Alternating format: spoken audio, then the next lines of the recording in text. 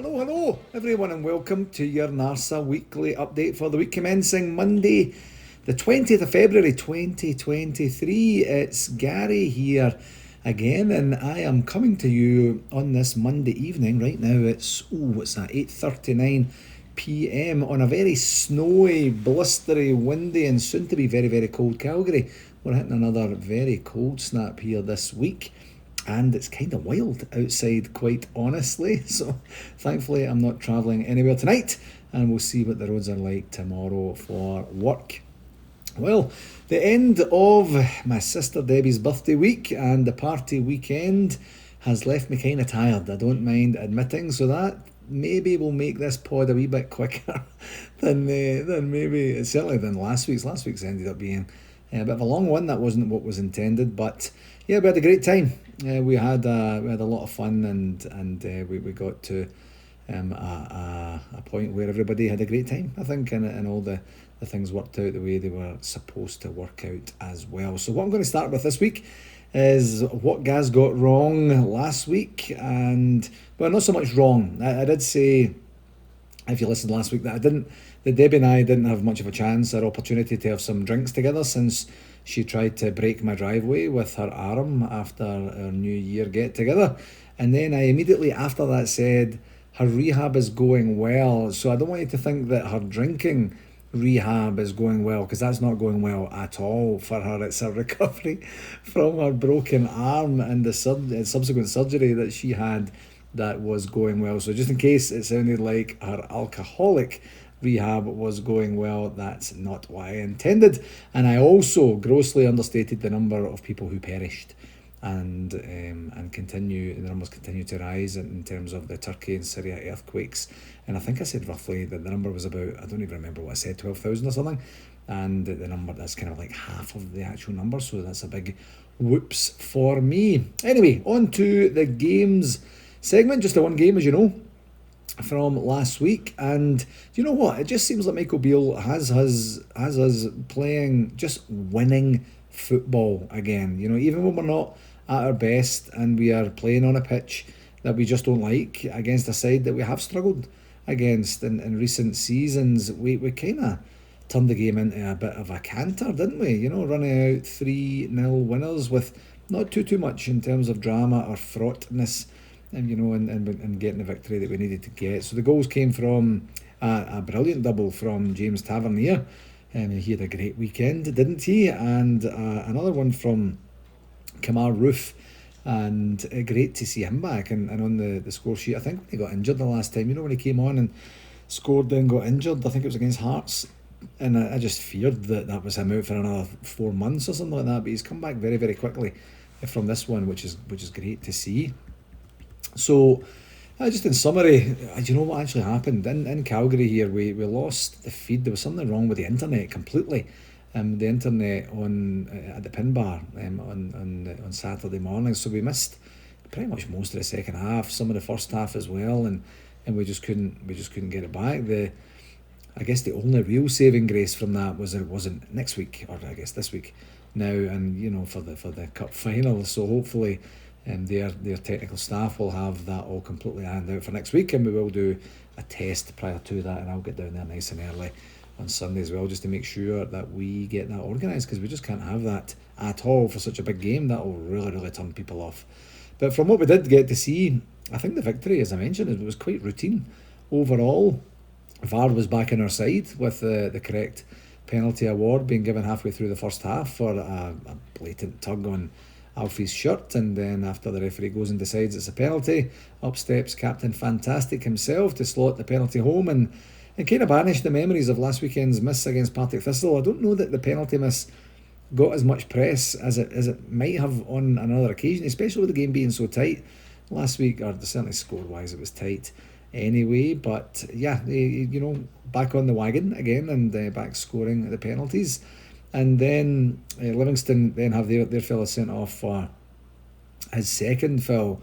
And like I watched the highlights again yesterday as I was preparing for today, and the two fouls the guy got booked for, so depending on what way you look at it, the kind of the two fouls look kind of soft, but they were, by the rules of the game, yellow card offences, and they were just annoying. I think the guy was trying to be really coy or really kind of, in some way sneaky about the way he was doing things, just leaving a wee bit in, just, kind of breaking things up, and it was just more annoying than anything else, and the referee decided he wasn't having any of that and decided that he was going off. Then, and how often do you see this? This is not very often. From the resultant free kick that was his second yellow, and this is red, James Tavernier hits an absolutely unstoppable world-class free kick into the top corner to make it 2-0 in the 78th minute, and that basically kills the game then. And I know that the Livingston manager had said as much after the game in his post-match press conference as well. And then we have Kemar Roof, who I mentioned a wee bit earlier, that he comes on for Fashion Sakala, and then he added a late third to seal the clean sheet and the 3 points for us. I have to say, I watched Kemar's goal probably about half a dozen times, and I still can't quite work out from the angle what happened. And there was a wee bit of a stramash, and there was a couple of folks kind of lashing at it, and I still don't really have a picture in my mind's eye about him actually putting it in, but obviously he did put it in, that they wouldn't have given him the goal anyway. I just couldn't see it from the angle that we could see here on the TV. And quite honestly, our league form has been nothing short of sensational since Michael Beale came back to Ibrox, and I really, really hope that continues into the cup game for this weekend. So positives from the game, the result, for certain the results are so good for us right now. Todd Cantwell and Nicholas Raskin's shifts are such a game changer for us. To have the two newest members of the squad really hitting the ground running, and kind of, you might remember we thought we were going to get that last year. Like, Michael Beale came in and says, I need people to come into the first team right away. We don't need any more squad players. We've got enough of those. And that's what we did try to do last year, and we went and got Aaron Ramsey from Juventus and Amad Diallo from Manchester United, and the expectation was that they would slot right into the first team and contribute significantly for us, straight away, and give us, that support that we needed for both the domestic and the European run. And neither of those players materialised for us or worked out for us longer term. I really had hopes for Diallo specifically, but just the wrong type of football for the fella, something like that. I'm not exactly sure. And also another positive, seeing young Bailey Rice make his first team debut was incredible as well. And admittedly, I don't know a lot about the academy players or the B team. I don't follow it too much, other than just listening out for the results. But I hadn't heard Bailey's name, amongst the ones that we would typically hear, like, Lowry and King and Devine and the like. So it was a real surprise to see him, come on and get some minutes in there as well. And then from a stats perspective, we had 8 shots on target to Livy's 1, and we enjoyed 65% of the possession. I mean, that's almost Ibrox stats right there. So again, it kind of back to it was a bit of a canter and a bit easier than it felt like at the time. And as far as I can tell from a final positives perspective, all of the 5 subs that we made were for tactical reasons, in game only, and not forced via any injury concerns or anything like that. So if that's true, that's a huge positive for us as well. Negatives, just the feed in Calgary, as I mentioned, just absolutely junk. But in terms of the game, I'm not so spoiled yet that I'll ever balk at a 3-0 away win anywhere in the league, let alone at Livingston. So I'm going to lay off the negatives for this week and just kind of stick more so with the positives. On the referee watch, David Dixon, did okay as far as I can remember. I didn't see a lot of what he did when we lost the feed, of course, but there didn't seem to be a lot of controversy around him. I mentioned earlier that VAR correctly did its job and assisted Dixon for the penalty award, and he had as clear a view as he needed for the 2 bookable offences or fouls on or by the Livingston player, I should say. So overall, I guess he had a solid afternoon, so I'm going to give him an 8 out of 10 for his efforts, and thank you for your assistance there. One game this week, and I'm pretty sure you know what it is.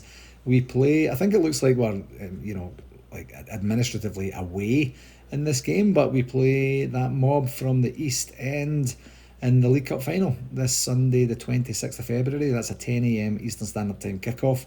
That's 3 p.m. UK kickoff time, which is great for us for an Old Firm game. We don't typically get to enjoy Old Firm games with decent kick-off times, so it gives us an opportunity to not have to get up at like the very, very, very wee early hours, and we get a chance to get a wee bit of a lie-in. The last time we played them, as you know, was the 2-2 draw at Ibrox, back early in Michael Beale's reign. And as I mentioned at the time in one of the post-match pods, after that I thought we could and should have seen the game out and won that game at least 2-1. It was too bad, but this time we're in a much better position injuries wise. I mean, it's not great, it's not perfect when you hear Michael Beale rattling off some of the names that are still injured. There's some significant strength for the squad overall, but we're in a better position for this weekend than we were at the last game at Ibrox, so that hopefully should place the manager in a better position to analyse the opponents and put a team out there that are capable of actually winning the game and the cup at the same time. It's not going to be easy, of course, and they're flying right now as much as we are, so we'll see how it goes. And quite honestly, in preparation for next week, my voice next Monday will determine whether we actually did enough to win it or not. We'll be having the pin bar open for business for the game, and there will be beers from half-time onwards, and we're going to have the kitchen open for some breakfast as well.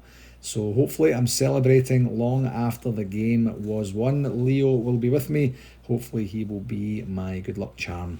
On RTV, just another recommendation that you test your account, make sure everything is going A-OK, so that you don't experience any issues at or during the game on Sunday. Very, very important for that one. For shout-outs for this week, just another wee shout-out for Debbie and her 50th birthday bash at Palomino this past Friday. We had some karaoke there where I absolutely massacred La Bamba, and then I did a wee bit better later on with Wooly Bully, and I threw a wee bit of New York in there just as a tip of the hat to NARSA 2024. And what I couldn't mention last week was that we did have some great surprises for her with people visiting. With Big John Kelly, formerly of this parish, who moved to Toronto about a year ago. He flew in last Thursday to surprise Debbie, and then Debbie's lifelong best friend from back home, Lindsay, and her husband John O'Donnell flew in from back home. They live in Renfrew, to surprise her as well. To say that she was surprised was a bit of an understatement, and that was on top of our sister-in-law, Diane Thorpe. I keep calling her Diane Carey because that's how I remember her being called as we were growing up. But she not so subtly reminded me on the weekend that she's been Diane Thorpe for 5 years now, so get it right, Gillen. So there we go, and she also came over for the weekend as well. So a lot of people made a lot of big efforts for Debbie, and we all absolutely appreciate it. And one last shout out for this week. I need some help from you folks. I started a little bit of a semi-drunk conversation on the weekend there where I talked about the guy at the convention with the bacon suit on, and I'm convinced that I was at a convention, and I thought originally it was in Calgary in 2018 where there was a guy with a bacon suit on, like a suit that the pattern on it was just big strips of bacon. And latterly, as I've kind of sobered up and got a wee bit drunk and sobered up again, I'm wondering if it was in Vegas. I can't remember. So if you were at either of the conventions, actually maybe even Windsor in 2019 as well, but I don't think it was there, and you know of, or you are the person who wore the bacon suit, can you please get in touch with me and let me know, because I want to piece this together, because the family has just been absolutely ripping the piss out me ever since I mentioned this on the weekend there. So I need a wee bit of backup or support on this, that I didn't completely make it up. So if you know of anyone, or you are the person who had the bacon suit at either Calgary 2018 or Las Vegas 2022, please get in touch with me at rangersscc@hotmail.com. That's 2 S's and 2 C's, and let me know, and I'll hopefully get the big clamp out for the family and tell them that I was right and they were wrong. On to the convention for this week for NARSA 2023 in Toronto, Ontario, Canada. I can officially confirm that it's 114 days, which is 16 weeks until Toronto Midtown. Give it Lalday, so to speak, and we're really looking forward to that. Just a reminder that we do have the hotel rooms on sale, and we do have the event tickets on sale, and I really suspect that if we get some shiny silver stuff shone in our face on Sunday, and we've already made the request to the club to make sure that we have the League Cup trophy in our midst in Toronto in June, that I hope to see a flurry of activity on the tickets. Just a reminder, the tickets are 225 Canadian all in for all 3 nights, and that's Thursday, Friday and Saturday night as well.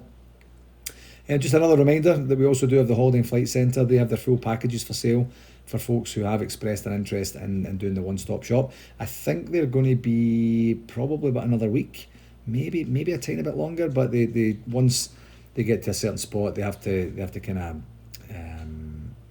they have to basically give the seats back. If it doesn't look like they're going to be sold, and I believe that time is fairly imminent. So if you were kind of procrastinating a wee bit, then maybe hopefully the cup final victory on Sunday will change your mind, and then you can get in contact with Rosie and her team, and then you'll get that one-stop shop experience from there as well. In terms of VIP guests, we do have another VIP guest who has very kindly arranged to come over, and what I'm going to do is I'm going to save it for next week, and I'm going to do a good job of it for next week. I just don't have the bio handy here. The weekend, it was confirmed very late last week, and just to kind of put the bio together to give it the respect it deserves, I want to be able to do a good job of that. So we do actually now have 3 VIPs confirmed, as well as David Edgar from the Heart and Hand, the Rangers podcast, as well, to do our MC work. So we'll do a bumper edition next week in terms of the VIP guests as well. Just a reminder, there is a fundraiser for the Pride of the Rock Flute Band, and that's going to be on Sunday, March the 12th, which I guess is that probably 3 weeks yesterday, I think that is, and that's going to be at Toronto number 1 Rangers Supporters Club, which is in Scarborough, Ontario, and that's in Ellesmere Road. If you need any details, please go visit their Facebook page, and you'll be able to get all the details you need for that as well. I did say last week that I was going to provide a recap this week of the recent general meeting that we hosted while we were over in Toronto earlier this month. I haven't quite got my notes together for that. I do have everything I need from Sandra Hawthorne, but I just haven't had a chance to put that together. As you can tell, it's been a bit of a busy week, so haven't quite managed to get to that part, but I'll definitely do that next week.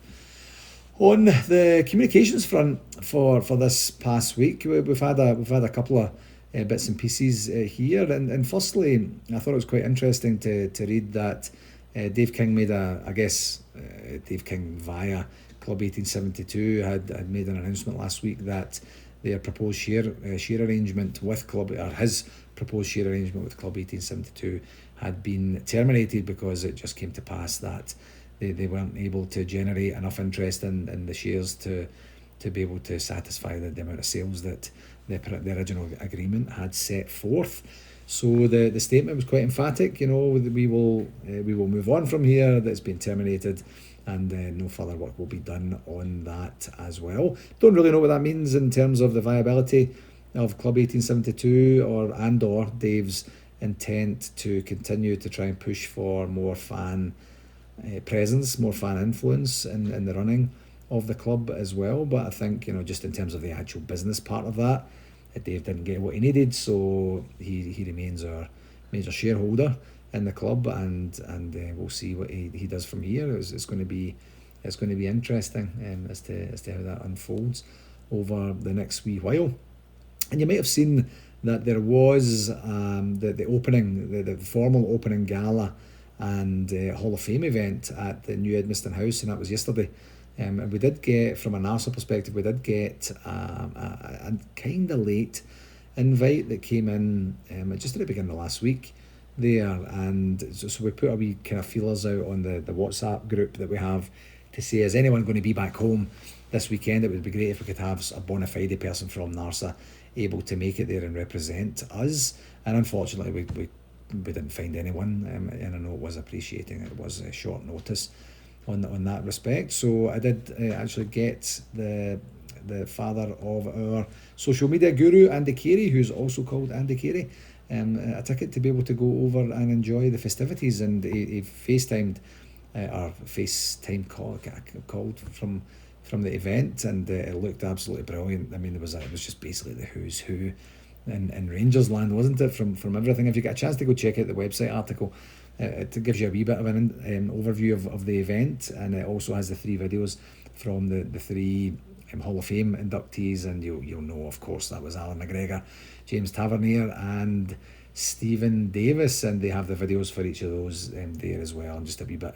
There's a gallery as well, about a dozen photos there from the event, and it just looked like an absolutely fantastic event. It's just great to see the ability to be able to do stuff like that in the new Edmiston house as well, and I imagine you'll just see stuff like that over time now. I don't know if it's big enough for the AGMs, but for certain events like that, it's just going to be an absolute convenience and moneymaker, quite frankly, for the club as well, to be able to use that going forward. So that's tremendous, and something that's long overdue, quite honestly. I remember we used to go to the Edmiston house for a Player of the Year dances with the Castle Street Loyal, 30 years ago, and it was great just having it so handy and across the street there. So yeah, really good to see that. And one wee quick thing I wanted to raise, and maybe I'll reach out to David Mason, the club historian, about this, is when we were notified that James Tavernier had been inducted into the Hall of Fame,